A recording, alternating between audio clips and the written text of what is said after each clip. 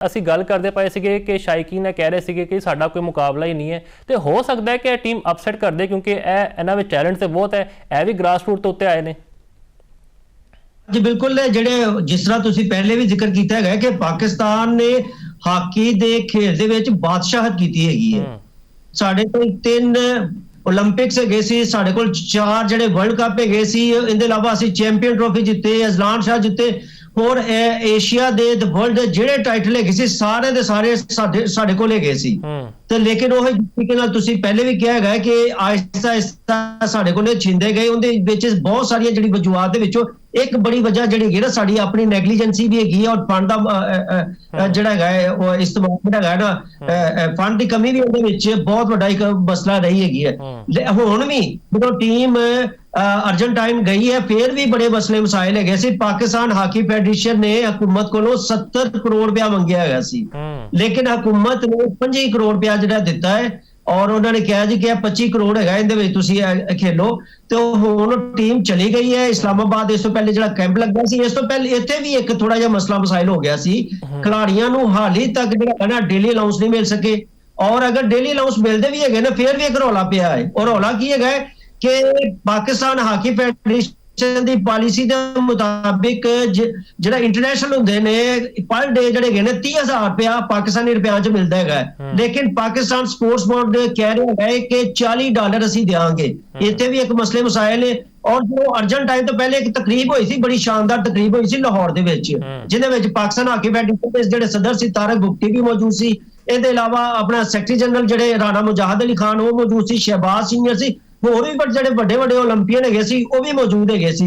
ਔਰ ਜਿਹੜੇ ਪਾਕਿਸਤਾਨ ਦੇ ਜਿਹੜਾ FIH ਮਾਸਟਰ ਕੋਚ ਹੈਗੇ ਨੇ ਤਾਹਰ ਜ਼ਮਾਨ ਜਿਹੜਾ ਇਸ ਵਕਤ ਟੀਮ ਦੇ ਨਾਲ ਹੈਡ ਕੋਚ ਬਣ ਕੇ ਅਰਜਨਟਾਈਨਾ ਦੇ ਵਿੱਚ ਮੌਜੂਦ ਹੈ, ਉਹਨਾਂ ਨਾਲ ਵੀ ਬੜੀ ਤਫਸੀਲੀ ਗੱਲਬਾਤ ਹੋਈ ਸੀ। ਉਹਨਾਂ ਨੇ ਵੀ, ਮੈਂ ਉਧਰ ਤੁਹਾਡੇ ਸਵਾਲ ਦੀ ਤਰਫ ਹੀ ਆ ਰਿਹਾ ਵਾਂ, ਉਹਨਾਂ ਨੇ ਵੀ ਇਹੀ ਕਿਹਾ ਹੈਗਾ ਸੀ ਕਿ ਜਿਹੜੀ ਇਸ ਵਕਤ ਹਾਲੈਂਡ ਦੀ ਟੀਮ ਹੈ ਉਹ ਪਹਿਲੇ ਨੰਬਰ ਤੇ ਹੈ, ਅਰਜਨਟਾਈਨ ਦੀ ਟੀਮ ਦੁਨੀਆ ਦੇ ਵਿੱਚ 6ਵੇਂ ਨੰਬਰ ਤੇ ਹੈ, ਜਦੋਂ ਕਿ ਅਸੀਂ ਇਸ ਵਕਤ 14ਵੇਂ ਨੰਬਰ ਤੇ ਆਲਮੀ ਰੈਂਕਿੰਗ ਦੇ ਵਿੱਚ ਅਸੀਂ ਇਸ ਵਕਤ 14ਵੇਂ ਨੰਬਰ ਦੇ ਵਿੱਚ ਗਏ।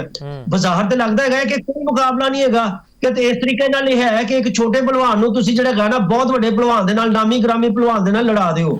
ਲੇਕਿਨ ਪਾਕਿਸਤਾਨ ਹਾਕੀ ਟੀਮ ਦੀ ਤਾਰੀਖ ਦੱਸਦੀ ਹੈਗੀ ਹੈ ਕਿ ਪਾਕਿਸਤਾਨ ਟੀਮ ਨੇ ਪੂਰੇ ਦੁਨੀਆ ਜਿਹੜਾ ਹਾਕੀ ਤੇ ਰਾਜ ਕੀਤਾ ਹੈਗਾ ਹੈ। ਹਾਲੈਂਡ ਨੂੰ ਅਸੀਂ ਇੱਕ ਦਫਾ ਨਹੀਂ ਕਈ ਦਫਾ ਅਸੀਂ ਹਰਾਇਆ ਹੈ, ਸੈਮੀਫਾਈਨਲਾਂ ਦੇ ਵਿੱਚ ਵੀ ਹਰਾਇਆ ਹੈ, ਫਾਈਨਲ ਦੇ ਵਿੱਚ ਵੀ ਹਰਾਇਆ ਹੈਗਾ ਹੁਣ। ਲੇਕਿਨ ਸਿਚੁਏਸ਼ਨ ਥੋੜੀ ਜੀ ਕਾਫੀ ਹੱਦ ਤੱਕ ਬਦਲ ਚੁੱਕੀ ਹੈਗੀ ਹੈ।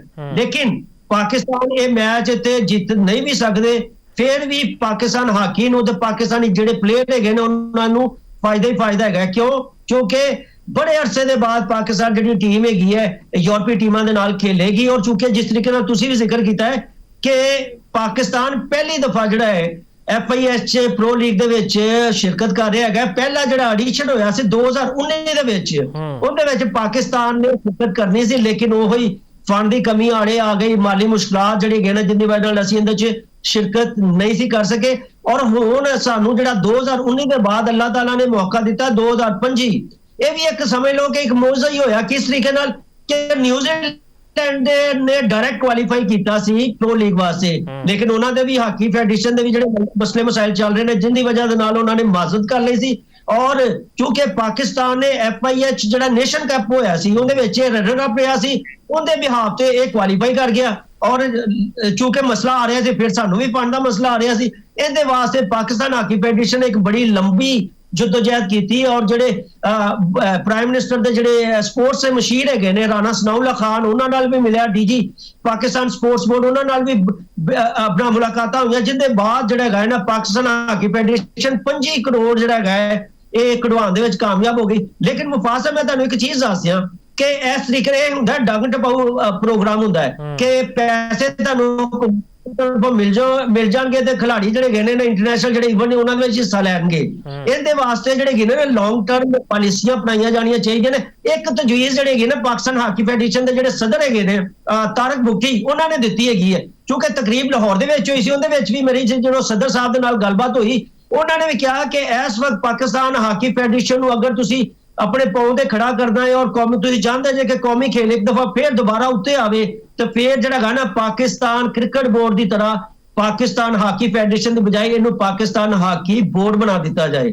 ਇਹਦਾ ਇਹ ਫਾਇਦਾ ਹੋਏਗਾ ਕਿ ਪਾਕਿਸਤਾਨ ਹਾਕੀ ਜਿਹੜਾ ਬੋਰਡ ਅਗਰ ਬਣੇਗਾ ਤੇ ਆਪਣੇ ਜਿਹੜੇ ਫੰਡ ਨੇ ਖੁਦ ਜਨਰੇਟ ਕਰਨ ਦੇ ਕਾਬਲ ਹੋ ਜਾਏਗਾ। ਉਹੀ ਤਮਾਮ ਫਾਰਮੂਲਾ ਜਿਹੜਾ ਹੈਗਾ ਜਿਹੜਾ ਪਾਕਿਸਤਾਨ ਕ੍ਰਿਕਟ ਬੋਰਡ ਜਿਸ ਤਰੀਕੇ ਨਾਲ ਰਨ ਕਰ ਰਿਹਾ ਇਹੋ ਹੀ ਕੀਤੀ ਜਾ ਰਹੀ ਹੈਗੀ। ਉਹਦੇ ਵਿੱਚ ਚੂੰਕਿ ਇਸ ਵਕਤ ਮੈਂ ਤੁਹਾਨੂੰ ਦੱਸ ਰਿਹਾ ਹਾਂ ਕਿ ਪਾਕਿਸਤਾਨ ਹਾਕੀ ਫੈਡਰੇਸ਼ਨ ਦਾ ਹੈੱਡਕੁਆਟਰ ਹੈ, ਲੇਕਿਨ ਇੱਥੇ ਰੈਂਟ ਤੇ ਪੰਜਾਬ ਸਪੋਰਟਸ ਬੋਰਡ ਨੂੰ ਬਾਕਾਇਦਾ ਪਾਕਿਸਤਾਨ ਹਾਕੀ ਫੈਡਰੇਸ਼ਨ ਕਿਰਾਇਆ ਦਿੰਦੀ ਹੈਗੀ ਹੈ।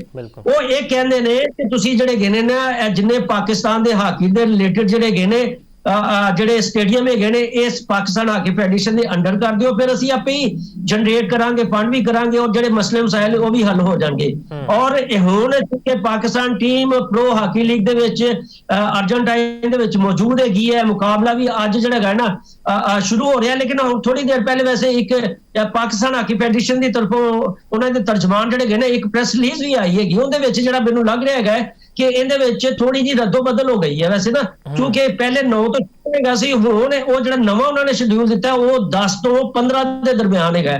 ਯਾਨੀ ਪਾਕਿਸਤਾਨ ਟੀਮ ਜਿਹੜੀ ਹਾਲੈਂਡ ਦੇ ਨਾਲ ਕੱਲ ਆਪਣਾ ਪਹਿਲਾ ਮੈਚ ਖੇਲੇਗੀ ਔਰ ਉਹਦੇ ਬਾਅਦ ਯਾਨੀ ਕਿ ਪਾਕਿਸਤਾਨ ਨੇ ਚੂੰਕਿ ਪ੍ਰੋ ਹਾਕੀ ਲੀਗ ਦੇ ਵਿੱਚ ਮਜਮੂਈ ਤੌਰ ਤੇ 16 ਮੈਚ ਖੇਲੇ ਗਏ ਨੇ। ਇਹ ਹੁਣ ਚੂੰਕਿ ਆਗਾਜ਼ ਹੋਇਆ ਪ੍ਰੋ ਹਾਕੀ ਲੀਗ ਦਾ, ਇਹਦੇ ਵਿੱਚ 2 ਟੀਮਾਂ ਆਈਆਂ ਨੇ ਪਾਕਿਸਤਾਨ ਦੇ ਮੁਖਾਲਫ ਜਿਹੜੀ ਹੈਗੀਆਂ ਨੇ, ਇੱਕ ਅਰਜਨਟੀਨਾ ਹੈਗੀ ਹੈ ਤੇ ਦੂਸਰੀ ਹੈਗੀ ਹੈ ਹਾਲੈਂਡ ਦੀ ਹੈਗੀ ਹੈ। ਇਹਦੇ ਬਾਅਦ ਪਾਕਿਸਤਾਨ ਦੀ ਟੀਮ ਜਾਏਗੀ ਆਸਟ੍ਰੇਲੀਆ ਦੇ ਬਾਅਦ ਫਿਰ ਜਿਹੜੀ ਟੀਮ ਜਾਏਗੀ ਜਰਮਨੀ ਦੇ ਬਾਅਦ ਟੀਮ ਜਿਹੜੀ ਹੈਗੀ ਨਾ ਅਗਲੇ ਮਰਹਲੇ 'ਚ ਜਾਏਗੀ ਬੈਲਜੀਅਮ ਔਰ ਆਖਰੀ ਜਿਹੜਾ ਮਰਹਲਾ ਆਏਗਾ ਉਹ ਪਾਕਿਸਤਾਨ ਟੀਮ ਜਾਏਗੀ ਇੰਗਲੈਂਡ। ਔਰ ਇੱਥੇ ਜਿਹੜੇ ਤੁਹਾਨੂੰ ਵੱਡੀ ਇੱਥੇ ਨਾ ਸਿਰਫ ਪਾਕਿਸਤਾਨ ਜਾ ਕੇ ਖੇਲੇਗਾ ਬਲਕਿ ਜਿਹੜਾ ਰਵਾਇਤੀ ਹਰੀਫ ਭਾਰਤ ਹੈਗਾ ਇਹਦੇ ਨਾਲ ਵੀ ਪਾਕਿਸਤਾਨ 2 ਮੈਚ ਖੇਲੇਗਾ। ਇਹ ਜਿਹੜੇ ਮੈਚ ਨੇ 23 ਜੂਨ ਨੂੰ ਔਰ 26 ਜੂਨ ਨੂੰ ਲੰਡਨ ਦੇ ਵਿੱਚ ਖੇਲੇ ਜਾਣਗੇ। ਔਰ ਤੁਹਾਨੂੰ ਪਤਾ ਹੈਗਾ ਕਿ ਜਦੋਂ ਪਾਕਿਸਤਾਨ ਦੇ ਤੇ ਇੰਡੀਆ ਦੇ ਜਦੋਂ ਕੋਈ ਵੀ ਮੈਚ ਹੁੰਦਾ ਹੈ ਉਹ ਬੜਾ ਜ਼ਬਰਦਸਤ ਹੁੰਦਾ ਹੈ।